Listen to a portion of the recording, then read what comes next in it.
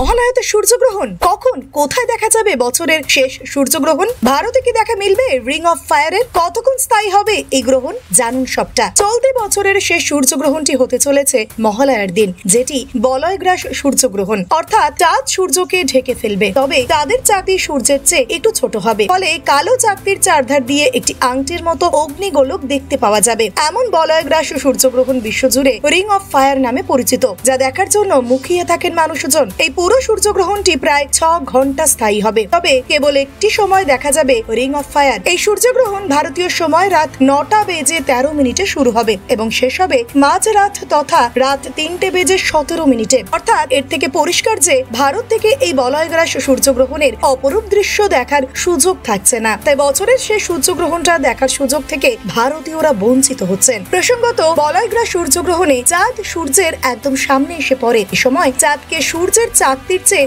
ছোট চাকতি দেখায়। যদিও সাধারণভাবে আকাশে যে চাঁদ সকলে দেখতে পান, তার চেয়ে গ্রহণের সময় চাঁদের চাকতিতে একটু বড় বলে মনে হয়। উল্লেখ্য, দক্ষিণ আমেরিকা, উত্তর আমেরিকার দক্ষিণাঞ্চল, প্রশান্ত মহাসাগর, আটলান্টিক মহাসাগর, Chile, Argentina, Brazil, Mexico, Peru, New Zealand এবং ফিজিতে আংশিক সূর্যগ্রহণ দৃশ্যমান হবে। শুধুমাত্র দক্ষিণ চিলি এবং দক্ষিণ আর্জেন্টিনা থেকে পূর্ণগ্রাস গ্রহণ দৃশ্যমান হবে।